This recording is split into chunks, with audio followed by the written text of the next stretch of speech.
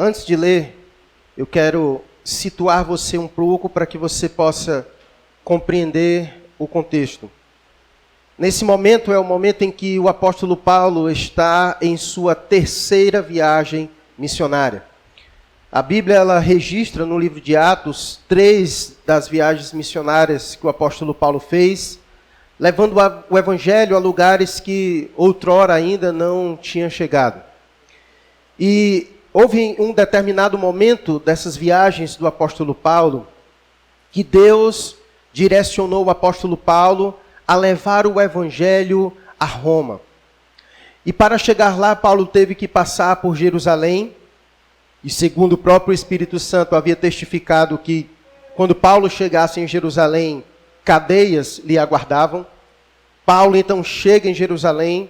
Paulo é preso não porque cometera algum crime, mas porque a seita dos judeus, enciumados com o avanço do evangelho que Paulo pregava, então sentencia Paulo.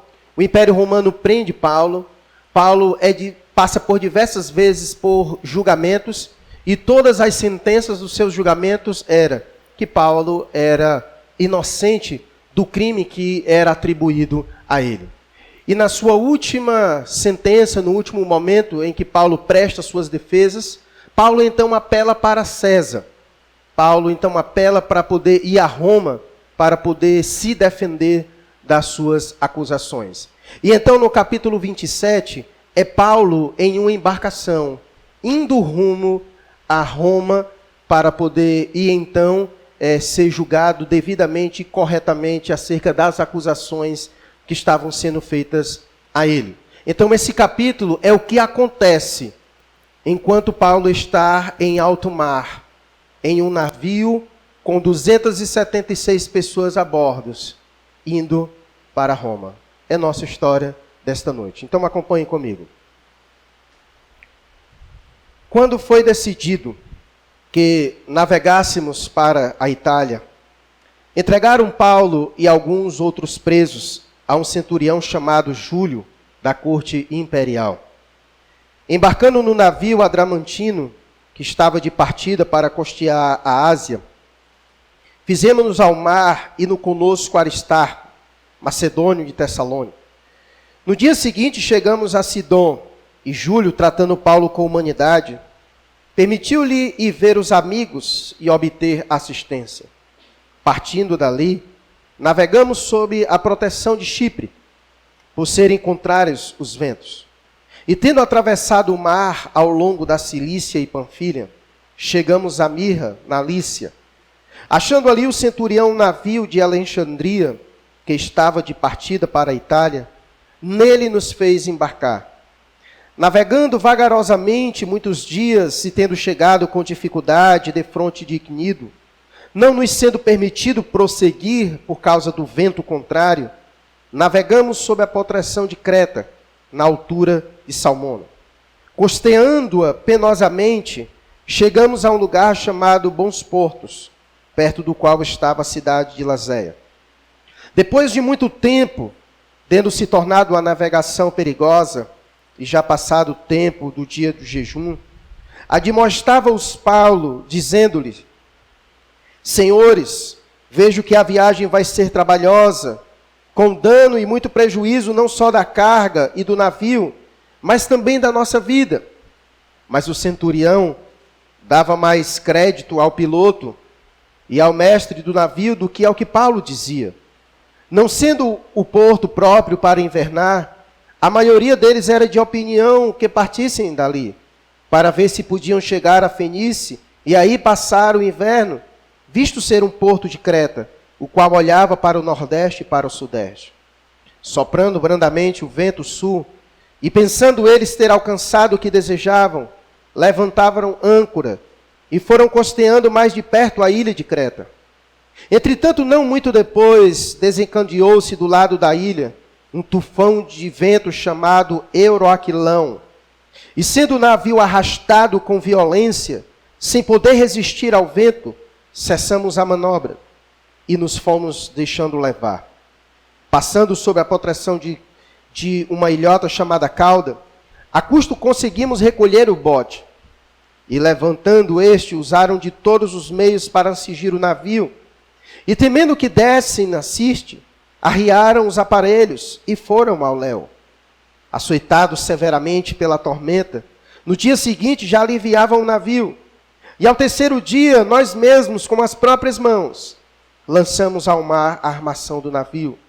E não aparecendo havia já alguns dias nem sol nem estrelas, caindo sobre nós grande tempestade, dissipou-se afinal toda a esperança de salvamento.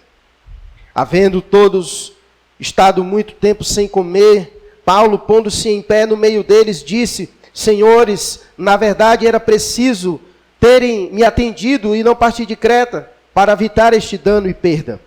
Mas já agora vos aconselho bom ânimo, porque nenhuma vida se perderá de entre vós, mas somente o navio.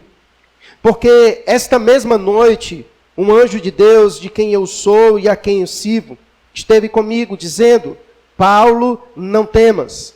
É preciso que compareças perante César. E eis que Deus, por sua graça, te deu todos quantos navegam contigo.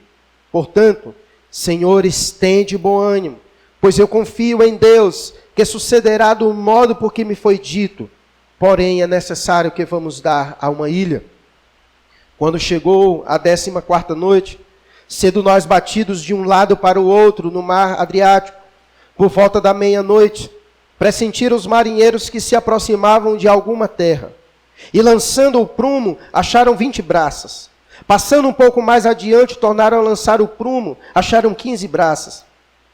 E receosos de que fôssemos atirados contra lugares rochosos, lançaram da popa 4 âncoras e oravam para que rompesse o dia.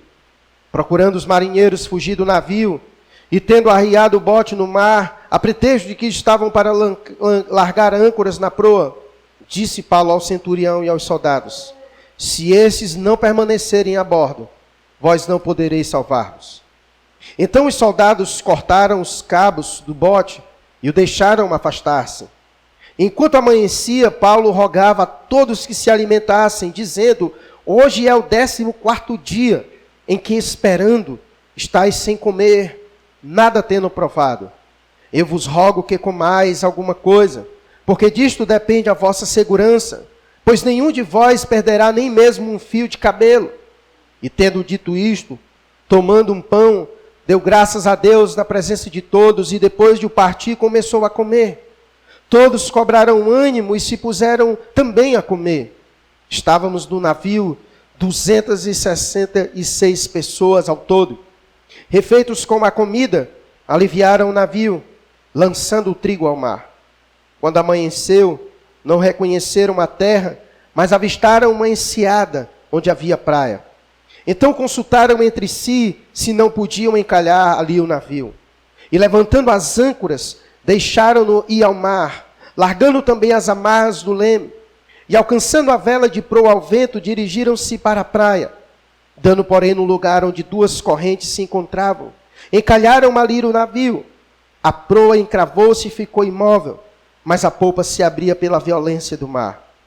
O parecer dos soldados era que matassem os presos, para que nenhum deles, nadando, fugisse.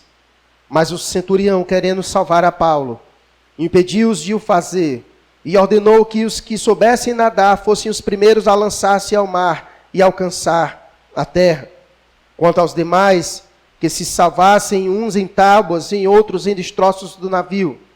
E assim que todos se salvaram em terra. Vamos orar e não feche sua Bíblia. Pai querido, queremos te agradecer por esse tempo em que aqui estamos reunidos, buscando diante de ti direção, buscando diante do Senhor conforto. Pai, nos ajuda. Que o Senhor nesta noite nos ensine tudo quanto o Senhor deseja nos ensinar nesta noite por meio da tua palavra. Nos dê discernimento.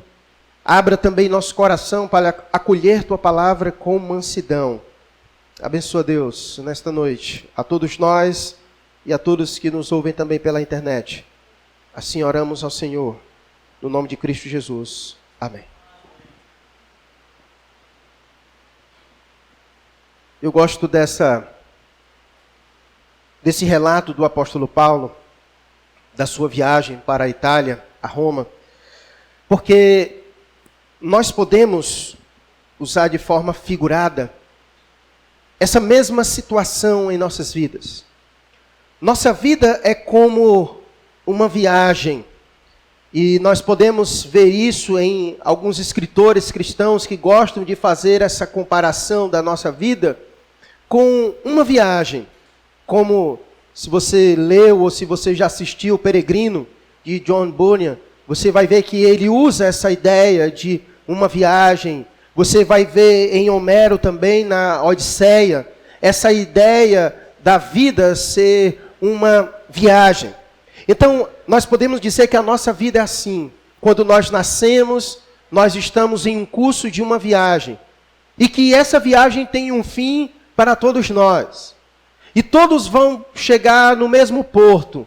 A questão é para onde irão depois disso? É o que vai acontecer nesta vida. Mas a verdade é que a nossa vida é como se fosse de fato uma viagem. E nessa viagem da vida, é bem verdade também dizermos que nós enfrentamos nela tempestades. E a primeira coisa que nós aprendemos sobre essa viagem da vida e sobre as tempestades que muitas vezes nós enfrentamos em alto mar, na viagem do curso desta vida, a primeira coisa é que as tempestades são muitas vezes naturais. É impossível na trajetória de vida nós vivermos esta viagem sem nunca ter passado por uma tempestade. Quem aqui pode dizer que nunca passou por uma tempestade em sua vida, de forma sentido figurado? Todos nós podemos, na experiência da nossa vida, comprovar que na viagem da vida nós passamos por tempestades. Então, as tempestades, ela têm um sentido também natural. E quando nós olhamos para essa história de Paulo, é a prova disso. Paulo estava indo exatamente para o lugar que Deus disse para ele ir. Diferentemente de Jonas, que foi submetido a uma tempestade porque pegou um caminho contrário à vontade de Deus, Paulo não. Paulo pegou uma tempestade justamente porque estava indo na direção certa, no lugar que Deus mandou ele ir. Então, mesmo quando nós estamos dentro da vontade de Deus, indo para onde Deus mandou, ainda assim, nós haveremos de passar por tempestades. Então, essa é uma grande realidade. E a vida de Paulo nos prova isso. E em nenhum momento das Escrituras, Deus disse que nós não passaríamos por tais tempestades. Mas Deus disse que estaria conosco. O que de fato Deus disse é que estaria conosco, não que nós não passaríamos por tempestades. Então, a primeira aplicação é isso, é que nós enfrentaremos tempestades no curso da vida, muitas vezes de modo natural, no curso da vida.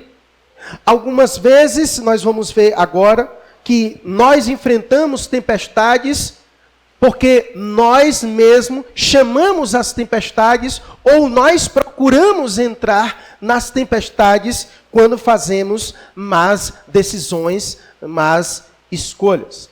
Então, se muitas vezes nós entramos em tempestades pelo curso natural da vida, é verdade também que muitas vezes nós entramos em tempestades pelas más decisões que nós tomamos na nossa vida. E essa história aqui que nós acabamos de ler é a prova de que nós podemos passar por tempestades e situações adversas simplesmente por causa das más escolhas que nós fazemos na nossa vida. Más escolhas acarretam para nós circunstâncias e situações difíceis. Vejamos nesse texto. O texto vai dizer que enquanto eles viajavam, alguns sinais antes de chegar à tempestade foi dada a eles. Veja comigo dos versos 7 a 9.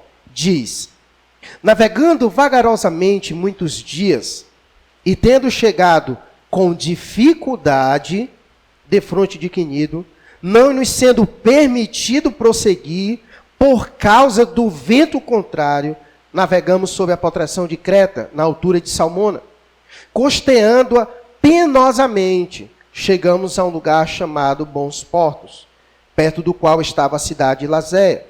E depois de muito tempo, tendo se tornado a navegação perigosa e já passado o tempo do dia do jejum. Então você percebe que, já em alto mar, eles já estavam sentindo dificuldades de continuar a viagem. O texto diz que, no verso 7, tendo chegado já com dificuldade em um lugar, estavam com dificuldade de prosseguir, eles estavam agora costeando penosamente, porque por causa dos ventos que eram contrários. Então você percebe que já tinha vários elementos que estavam dificultando a viagem deles a bordo. E uma grande frase que nos ajuda a entender essa questão também é a do verso 9, que diz que havia passado o tempo do dia de jejum. Para você entender de forma prática, esse seria o período do mês de setembro ao período do mês de novembro. Nesse período do ano, nessa região, os ventos não são muito favoráveis às viagens. Então você percebe que no início da viagem, vários elementos e várias circunstâncias se apresentaram como sinais para que eles pudessem considerar e talvez abortar a missão, ou parar, ou rever a situação da navegação. E o que nós aprendemos com isso? É que muitas vezes, como eu disse, nós entramos em tempestade pelas más decisões que nós tomamos. E essas más decisões, às vezes, é reflexo de nós rejeitarmos os avisos de Deus. É como se Deus estivesse dizendo, não vai por aí. Para. E Deus, às vezes, coloca diversas circunstâncias para nos fazer pensar. Então, eles estavam indo em um sentido. E várias circunstâncias estavam apresentando, mostrando dificuldade. E isso tinha um objetivo. De fazerem eles pensar, parar. E, eu acho que é melhor a gente parar. Nós estamos tendo muita dificuldade de avançar. Então, esses sinais, eles são colocados muitas vezes por Deus na nossa vida como alerta. E muitas das tempestades que nós entramos pelas nossas más decisões é porque nós rejeitamos esses avisos que aparecem. É quando esses avisos aparecem, a gente vai passando por cima deles e rejeitando, porque queremos muito seguir aquele caminho, aquele curso, e a gente não vai dando muita atenção às placas, os sinais que Deus vai colocando no caminho da nossa vida. E o objetivo é justamente nos desviar das tempestades. Mas às vezes, teimosamente, a gente insiste em ir contra os sinais de Deus. O que acontece quando a gente pega um transporte e a gente segue um curso de uma viagem e a gente não segue as placas de sinalização? Perceba como vai ser uma viagem desastrosa. E é mais ou menos assim que acontece. Deus vai colocando na nossa caminhada as placas de sinalizações, para que a gente pare, para que a gente pegue outro caminho, para que a gente mude o curso. Mas rejeitar esses avisos de Deus é muito danoso para a nossa vida. Então a primeira coisa que nós precisamos fazer, quando você estiver indo em uma direção, veja isso. Não levante vela, não vá adiante, se várias circunstâncias têm se levantado diante de você como sinal. Analise, avalie, ore a Deus, busque conselhos da parte de Deus para a sua vida, para que você não continue. Então, muitas circunstâncias acontecem conosco de forma pior porque a gente avança. Se a gente tivesse parado no comecinho e tratado do problema, talvez a gente tivesse tido soluções melhores. O que acontece muitas vezes na nossa vida é porque a gente rejeita esses sinais de Deus e a gente avança, e quando a gente está no meio do furacão é que a gente quer parar para resolver a situação. E muitas vezes já é tarde demais. Às vezes o dano, o estrago da tempestade já foi gigantesca na nossa vida. O ideal é que quando os sinais de Deus vêm, para. Se as coisas já estão se apresentando que não está bem, é momento de parar. É momento de parar, analisar, fazer um check-up, tentar consertar alguma coisa que precisa ser consertado, para que a gente possa prosseguir em viagem. Mas rejeitar os sinais de Deus é sentenciar a própria vida ao meio do furacão. Então não rejeite os avisos de Deus.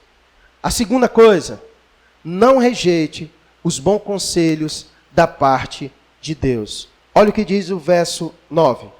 Depois de muito tempo, tendo se tornado a navegação perigosa, e já passado o tempo do dia do jejum, admoestava-os Paulo, dizendo-lhes: Senhores, vejo que a viagem vai ser trabalhosa, com dano e muito prejuízo, não só da carga e do navio, mas também da nossa vida. Então perceba o conselho. Já que eles rejeitaram os avisos de Deus, Paulo então chegou para adverti-los. Paulo chegou como instrumento de Deus para dizer: meus amigos, senhores, atentem bem. Esta viagem, ela será perigosa para nós, danosa não somente para os nossos bens, para as nossas vidas, mas também para o navio. Então atentem bem, porque essa viagem, ela vai ser trabalhosa. Então perceba Paulo sendo usado por Deus para alertar aqueles homens acerca daquilo que eles estavam para fazer. A pergunta é: eles acolheram o conselho do apóstolo Paulo? Não, eles não acolheram os conselhos do apóstolo Paulo. E por não colher os conselhos do apóstolo Paulo, eles deram continuidade à sua viagem. E foi por causa de rejeitar os conselhos do apóstolo Paulo, que então eles foram gradativamente sendo submetidos a uma tempestade em sua vida. Olha, veja o que foi que Paulo disse. No verso 21, ele disse: havendo todos estado muito tempo sem comer, Paulo, pondo-se em pé no meio deles, disse: Senhores, na verdade, era preciso terem me atendido e não partir de Creta para evitar este dano e perda. Então perceba, era necessário eles terem ouvido os conselhos, eles rejeitaram os avisos de Deus, eles rejeitaram os conselhos que Paulo deu para eles e eles decidiram partir. Muitas das tempestades que nós passamos na vida é porque nós não damos ouvidos aos conselhos que Deus nos dá, através de pessoas que Deus coloca para nos orientar espiritualmente na nossa vida. Teimosamente a gente segue. Pode prestar atenção. Talvez você tenha experiência na vida disso. E que muitas dores que você passou na vida foi por não seguir os conselhos de pessoas usadas por Deus para a sua vida. Que quem é filho sabe bem disso. Quantos problemas da vida você não se meteu porque você não ouviu o seu pai e a sua mãe? Quantos problemas da vida você não se meteu porque você não ouviu os conselhos do seu pai e da sua mãe? Quantas dores da vida você não passou porque não ouviu a voz de Deus? Era Deus tentando falar com você de diversas maneiras, colocando diversos sinais, usando seus líderes, usando pessoas próximas a você, seus irmãos. E você teimosamente decidiu seguir caminho à frente. Muitas das tempestades que nós enfrentamos é porque nós rejeitamos os avisos de Deus, as placas, os sinais, porque nós também rejeitamos os conselhos das pessoas que Deus coloca em nossas vidas. Por isso Paulo disse: era preciso vocês terem me ouvido. Já que não ouviram, foi submetido a essa situação e a essa tempestade. Então, muitos problemas, tempestades que nós passamos, enfrentamos porque rejeitamos os avisos de Deus, porque rejeitamos os bons conselhos da parte de Deus. E muitas vezes nós fazemos isso porque nós optamos por seguir o conselho do senso comum. Era a voz de Paulo contra a voz de muitas outras pessoas. Veja comigo o texto. A situação estava difícil e Paulo então levantou a sua voz e disse que eles não deveriam seguir. Mas veja o verso 11. A quem foi que o centurião deu ouvidos na verdade? Ele deu ouvidos a quem? Ao piloto e ao mestre. Ora, quem conhecia mais de alto mar? Paulo ou o mestre do navio e o piloto? Quem conhecia mais? O piloto e o mestre do navio. Então perceba que nem sempre os conselhos que nós recebemos do senso comum é o que de fato é o melhor para nós. Muitas vezes os conselhos de Deus, ele vai na contramão do senso comum. As escrituras, a verdade do evangelho é sempre paradoxal. Muitas vezes é assim, é no senso contrário do senso comum daquilo que é colocado para as pessoas. Então esse negócio de que não todo mundo está dizendo, não, ele é especialista, ele sabe disso, sabe nada, quem sabe é Deus. Quem sabe é Deus. Muitas vezes Deus nos conduz diante e de forma contrária ao senso comum mesmo. Ao senso comum. E nesse momento, o mestre do navio e o piloto estavam errados. Quem estava certo era o apóstolo Paulo. Era o apóstolo Paulo. Portanto, nunca esqueça disso. Deus sempre tem os melhores conselhos para as nossas vidas. Ninguém mais e ninguém melhor do que Deus para nos dar conselho. Ah, não, mas eu estou passando por isso aqui, eu vou procurar um especialista porque ele sabe me orientar melhor. A palavra de Deus tem resposta para você. Ela é suficiente para mim e para você. Não há nada que as escrituras não digam, não há nada que Deus não possa nos instruir. Ela é suficiente, as escrituras é suficiente para mim e para você para nos orientar em toda questão de nossas vidas. A última palavra é de Deus, e você precisa confiar, Então, nem sempre os conselhos. E no verso de número 12, ele diz, havia outra questão, não sendo porto próprio para invernar. Então eram várias circunstâncias. Era o piloto dizendo, era o mestre do navio dizendo, o porto não era apropriado para invernar, mas era o lugar que Deus havia escolhido para eles parar. Nem sempre Deus trabalha conosco da maneira com que é próprio. Às vezes Deus trabalha conosco de maneira diferente. Então nós não podemos ficar esperando o senso comum ou o jeito próprio das coisas serem. Às vezes Deus trabalha de maneira diferente em nossas vidas e nós precisamos ter percepção para isso. E depois ele diz, e também no verso 12, não sendo o povo próprio para invernar, a maioria deles era de opinião que partissem dali. Tinham quantas pessoas no navio? Quantas? 276 ou 66? 276 pessoas ao todo, verso 37. A maioria dizia que eles tinham que partir de lá. A maioria estava certo ou errado? Errado. A maioria estava errado, não era para partir de lá. Cuidado com o senso comum. Cuidado com a maioria. Você não é a maioria. Talvez você aprendeu isso com a sua mãe em casa. Mas todo mundo está fazendo, mãe. Você é todo mundo? Você é todo mundo? Você não é todo mundo. Você não é todo mundo. Não, mas a maioria... Você não é a maioria. Você não é nem todo mundo e nem a maioria. Certo? Pois bem. Então eles decidiram, eles rejeitaram. E eles rejeitaram as placas, rejeitaram os sinais, rejeitaram os conselhos, seguiram a maioria. E aí, o texto continua, no verso 13, nos dizendo a seguinte coisa. Soprando brandamente o vento sul, E pensando eles ter alcançado o que desejavam, levantaram âncora e foram costeando mais de perto a ilha de Creta. Aparentemente, parece que deu certo.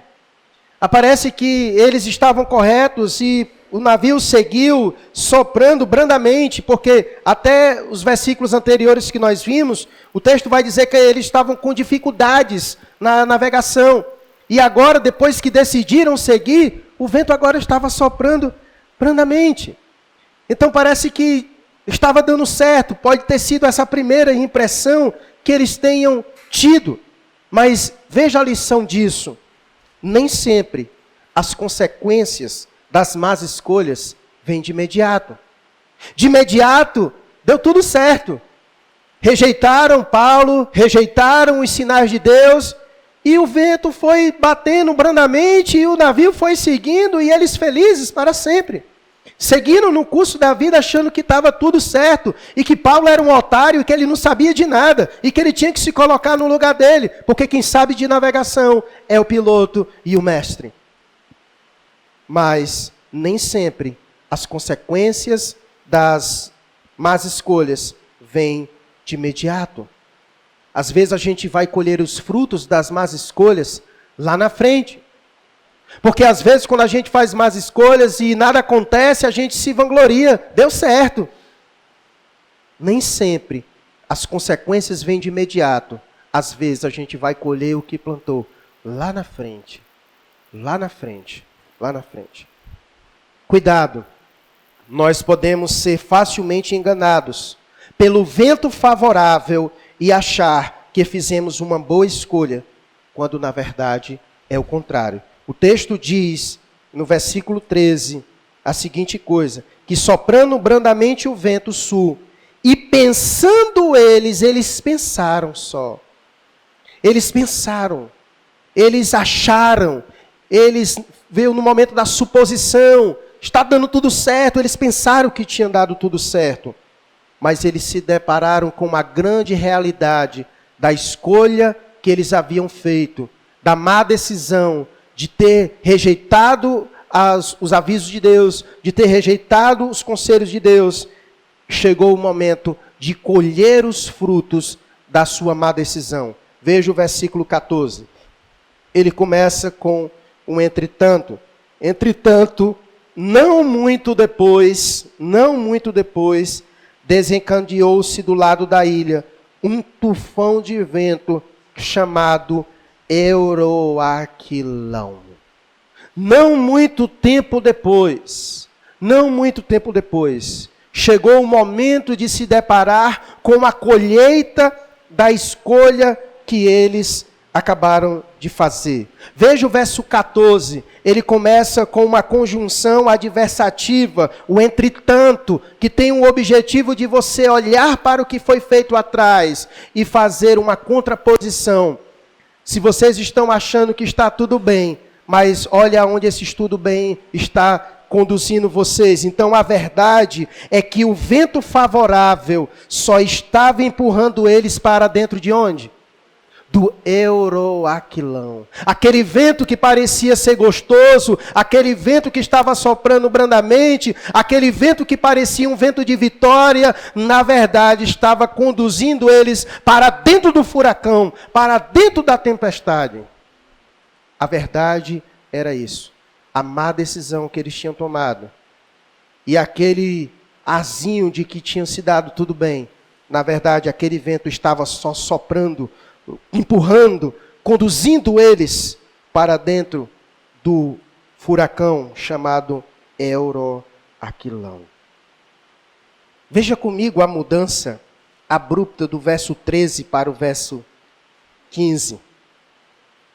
O verso 13 diz que o vento soprava de que maneira? De que maneira? Brandamente. Agora veja como é que está ele no verso 15.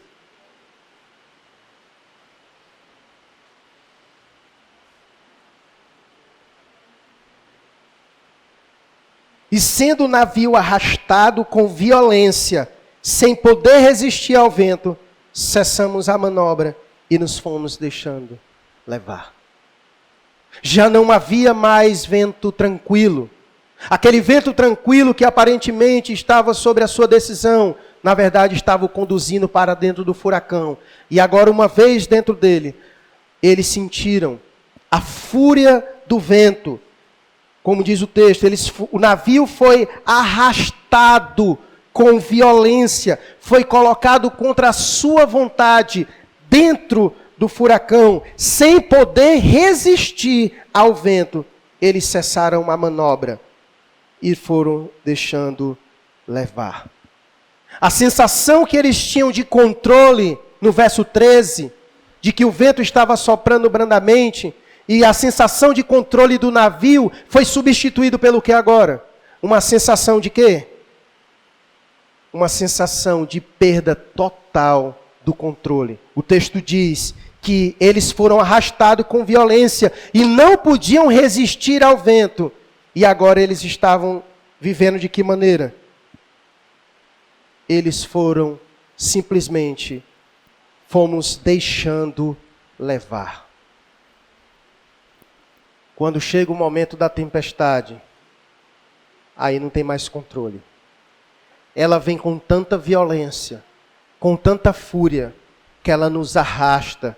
Nós não conseguimos resistir à fúria do vento, não conseguimos resistir à sua força. E a gente fica numa situação que a gente está agora sendo levado por ela, como diz o texto. Nós fomos nos deixando levar, não havia mais controle. Eles perderam totalmente o controle do navio, e agora o navio estava sendo arrastado, e não mais ele controlava, mas o furacão os controlava. E é mais ou menos assim que passamos em nossas vidas. Quando somos submetidos aos furacões da vida, a sensação que temos é perda de controle.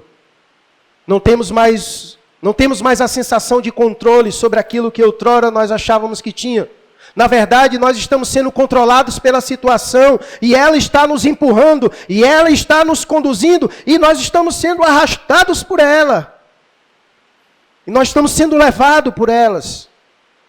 Nós não temos mais o controle. Ela tomou o controle da situação. Ela tomou o controle das nossas vidas. É isso que acontece quando nós somos submetidos e quando nós estamos passando por tempestades e estamos no meio delas.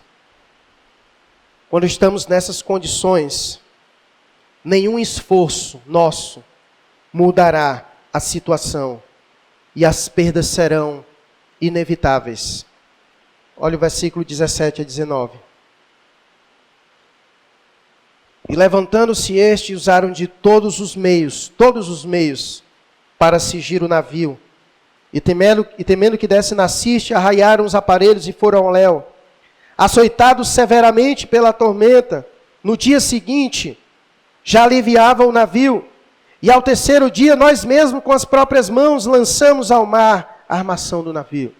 Perceba que diante da situação, eles tentaram fazer tudo quanto podiam. Mas já não tinham mais o controle. Já não tinham mais o controle da situação. Na verdade, eles agora estavam sendo conduzidos, arrastados. E nesse momento, nada do que eles pudessem fazer iria mudar a situação. E o inevitável acontece.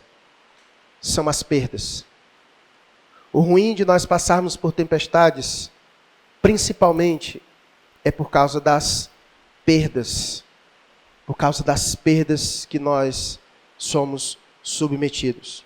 O texto diz que, diante da situação, no verso 18, eles já aliviavam o navio. Ou seja, eles lançavam fora ao mar as suas cargas, os seus pertences. Eles tinham que aliviar o navio, porque o navio estava em tempo de despedaçar, e eles estavam tentando, de alguma maneira, solucionar o problema. E quando a fúria vem, é inevitável, ela bate com muita violência, e perdas irão acontecer. Situações adversas irão acontecer. E no final, nós iremos colher os frutos da perda.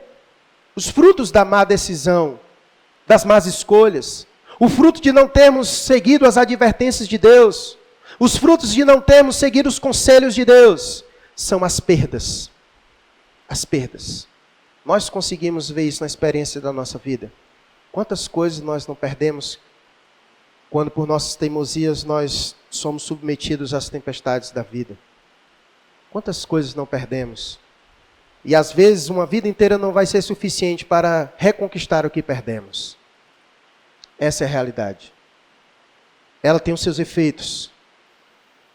Por onde a tempestade passa, ela deixa os seus destroços. E às vezes na nossa vida é assim.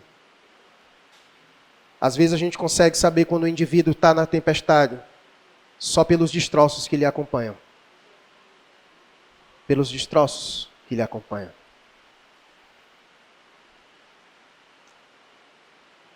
Mas não para por aí. A tempestade, ela quando vem com fúria, ela vai mais além. Ela não somente nos coloca em situação de perda de bens, mas olha aonde muitas vezes ela nos leva. Veja o versículo 20. E não aparecendo, havia já alguns dias nem sol nem estrelas. Caindo sobre nós grande tempestade, dissipou-se afinal toda a esperança de salvamento. Você já passou por situação em que você ficou desesperado? O texto quando diz que foi embora toda a esperança de salvamento, o que ficou para eles então? Desespero. Quando não há esperança, o desespero toma conta. O texto diz que já há muitos dias eles não conseguiam ver nem o sol, nem as estrelas. O céu estava fechado. À sua volta era um mar furioso. Então, diante do quadro, diante do cenário, diante de um mar revolto, furioso, batendo com muita força no navio, o céu fechado, sem estrelas, sem céu, esses homens se viram em uma situação de total desesperança. Eles olharam para a situação e pensaram, não há mais jeito. Não tem mais o que fazer. Chegou às últimas consequências. Acabou. Muitos tiram sua vida quando passam por isso. Muitos entram em depressões profundas. Porque é uma sensação muito ruim quando você se vê em uma circunstância em que o céu está fechado e que você não consegue contemplar o sol nem as estrelas. Só a fúria da tempestade sobre sua vida. E é isso que passa. E talvez você tenha chegado assim aqui hoje, com um pouco dessa sensação no seu coração. Talvez fez más escolhas, não seguiu as placas, rejeitou os bons conselhos, ou talvez não. Paulo estava lá e ele nem rejeitou os conselhos. Paulo estava lá e ele nem foi desobediente à voz de Deus. Mas o que fazer? Será que o caminho mesmo é nos entregarmos à total falta de esperança? Ouça o que Paulo diz para mim e para você nesta noite. Verso 21 a 25. Havendo todos estado muito tempo sem comer, Paulo, pondo-se em pé no meio deles, disse: Senhores, na verdade era preciso terem me atendido e não partir de Creta para evitar este dano e perda.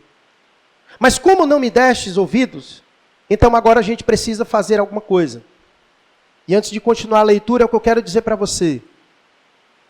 Já aconteceu, já tomou más decisões, está passando por circunstâncias, ou não está passando por elas mesmo assim, o que fazer?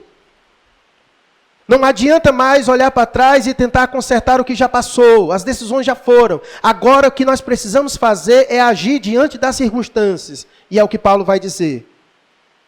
Verso 22.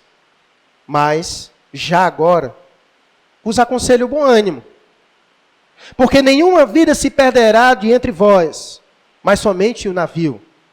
Porque esta mesma noite, um anjo de Deus, de que eu sou e a quem sirvo, esteve comigo, dizendo: Paulo, não temas, é preciso que compareças perante César. E eis que Deus, por sua graça, te deu todos quanto navegam contigo. Portanto, Senhores, tem de bom ânimo, pois eu confio em Deus, que sucederá do modo por que me foi dito. Olha o que foi que Paulo disse naquele momento de total falta de esperança, naquele momento de desespero, como aqueles que lá estavam. Paulo disse, resumindo: tenha bom ânimo, tenha bom ânimo.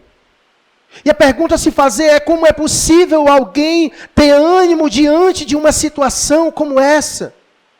Mas essa não somente eram as palavras de Paulo, mas Paulo certamente ouviu e sabia o que Jesus havia dito também para os seus discípulos. Jesus disse para os seus discípulos: no mundo tereis aflições, mas tende o quê? Bom ânimo. O bom ânimo é a resposta para sairmos das situações adversas em que nós estamos submetidos. Mas não é um tenha bom ânimo simplesmente como uma frase para efeito, uma frase para acalentar os nossos corações. Paulo tinha bom ânimo e ele queria transmitir esse bom ânimo por causa de um fator, e esse fator é crucial para que tenhamos bom ânimo diante de situações como essa. É o versículo de número 25. Ele disse: portanto, senhores, tende bom ânimo. Por quê? Pois eu confio em Deus. A confiança em Deus é a raiz para nós termos ânimo diante das adversidades. Deus é a raiz para que nós venhamos retomar ânimo para enfrentar as tempestades. Paulo disse para aqueles homens: tenham bom ânimo, pois eu confio em Deus. Quando falta a esperança em nós, precisamos depositar a nossa esperança no Senhor. Confiem nele e o ânimo voltará aos seus corações. Porque as coisas podem até estar fora do nosso controle, mas não está fora do controle de Deus. Deus é muito maior do que qualquer tempestade. Deus é muito maior do que qualquer situação adversa que tenhamos passado ou estejamos passando. Precisamos lembrar e nunca esquecer que acima de todo o céu fechado, há o sol brilhando no seu mais lindo fulgor. Precisamos lembrar disso. E ter ânimo em Deus, porque Ele é aquele que quando fala, o vento e o mar lhe obedecem. Ele é aquele que quando fala, o vento e o mar lhe obedecem. Por isso nós podemos, no Senhor, ter ânimo. Ter ânimo.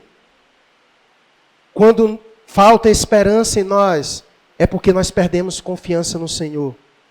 Nós não acreditamos que Deus é poderoso para reverter o quadro e a situação da nossa vida. Meus irmãos, se o Senhor foi poderoso para nos resgatar do império das trevas na nossa perdição, o que mais Ele não pode fazer em nossa caminhada de vida? Se o Senhor foi poderoso para resgatar Jonas quando ele foi lançado em alto mar, Deus enviou um peixe para tragar Jonas, o que Deus não pode fazer para nos livrar de uma situação como essa? Tem de bom ânimo. Em Deus sempre há oportunidade de salvamento. De salvamento. E Paulo lembrou a eles daquilo que Deus havia dito para ele. É o que diz no verso 22 a 24. Mas já agora vos aconselho bom ânimo, porque nenhuma vida se perderá de entre vós, mas somente o navio. Por quê? Porque esta mesma noite, um anjo de Deus, de quem eu sou e a quem sirvo, esteve comigo dizendo: Paulo, não temas. É preciso que compareça perante César, e eis que Deus, por sua graça, te deu todos quanto navegam contigo. Paulo animou aqueles homens através da promessa que Deus deu a ele: Paulo, eu vou guardar você e todos esses que estão contigo. Quando nós olhamos para as promessas de Deus, elas são suficientes para nos reerguer e nos tirar das situações em que nós estamos passando. Lembre das promessas de Deus. Nunca vos deixarei, jamais vos abandonarei. Lembre-se das promessas de Deus. Lembre-se das promessas de Deus. Ele é fiel para cumprir suas promessas. O Senhor não abandona os seus filhos. Ainda que venhamos a trilhar o vale da sombra da morte, o Senhor estará lá conosco. Lembre-se das promessas do Senhor. Haverá perdas. É verdade. Mas tem de bom ânimo. Porque a nossa vida é muito mais importante do que qualquer outra coisa. Porque ele disse no verso 22. Mas já agora vos aconselho bom ânimo. Porque nenhuma vida se perderá de entre vós, mas somente o quê? O navio. O navio. Muitas vezes nós naufragamos porque a gente não está disposto a perder coisas. Nós fazemos más escolhas, más decisões, e não queremos colher os frutos disso. Quando perdemos as coisas, ficamos murmurando contra Deus, ficamos reclamando contra Deus, ficamos procurando culpados. Eu não quero mais prosseguir porque eu perdi aquilo outro. Lembre-se disso. Nossas vidas são mais importantes do que qualquer outra coisa. Nossas vidas são mais importantes do que qualquer outra coisa. Como disse o ditado, vão-se os anéis e ficam os dedos. A vida é mais importante do que as coisas. E nós precisamos nos alegrar com isso. O navio vai perder. Se conforme. Ou você se conforma, ou então você vai entrar num momento muito triste da sua vida. Mas se anime, porque a sua vida será preservada. Sua vida será preservada. E ela tem muito mais valor do que as coisas. Mas haverá perda. E você terá que ter maturidade. Para lidar com as perdas. Seja consciente das consequências dos seus erros. Haverá perda. E esteja pronto para colher os frutos disso. E se houver tempo, corra atrás de recuperar o que perdeu. Mas haverá perdas. Deus disse, vai perder o navio, mas eu vou guardar a sua vida. Eu vou guardar a sua vida. Mas uma das coisas maravilhosas, e aqui já caminhando com os irmãos, Paulo nos ensina que a nossa fé não somente é o fundamento para passarmos por tempestades, mas bem como também é um instrumento que Deus usará para animar os que já não têm esperança nenhuma. Paulo estava com eles no navio, estava? Ele estava passando pela mesma situação que todo mundo estava passando, estava? Mas a pergunta é, Paulo ficou sem esperança como todo mundo ficou? Por que Paulo não ficou sem esperança como todo mundo? Fé. Isso é o que diferencia cada um dos irmãos. A fé com que cada um tem no Senhor. As tempestades vêm para todos nós. A questão não é se ela vai vir, a questão é como nós lidaremos com ela. E a nossa fé é o fundamento que nos ajuda a passar de forma mais firme pelas tempestades. Paulo estava lá, mas se comportou totalmente diferente de todas as outras pessoas. Porque a sua fé lhe sustentou em meio à adversidade. E não somente isso, não somente a sua fé lhe sustentou em meio à adversidade, mas a sua fé foi instrumento de Deus para animar aqueles que estavam fraquejando na sua fé. Deus quer usar a sua vida para animar aqueles que estão sem esperança nenhuma. E talvez você fique se perguntando, mas Senhor, por que eu estou passando por essa tempestade? Que é para que a graça de Deus, o poder de Deus, seja manifesto na sua vida. E Deus seja grande na sua vida. E outros se animem através da sua vida. Muitas tempestades que Deus coloca é para isso. Que é para, por meio de nossas vidas, outros serem animados. Como é que você está passando por isso? Deus. E Ele pode ajudar você a passar por isso também. Deus Deus.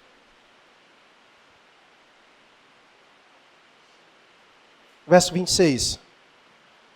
Deus havia dito que iria ajudá-los. Deus disse que iria cuidar deles. Queria salvá-los, ia guardá-los com vida. Mas no verso 26 vem novamente uma conjunção adversativa. Um porém. Contrastando com o que ele disse. Eu vou ajudar vocês. Porém, vocês vão ter que se ajudar também. Ele disse, porém é necessário que vamos dar uma ilha. Ou seja, é necessário que vocês procurem uma ilha. Eu vou salvar vocês. Mas é preciso vocês também fazerem alguma coisa.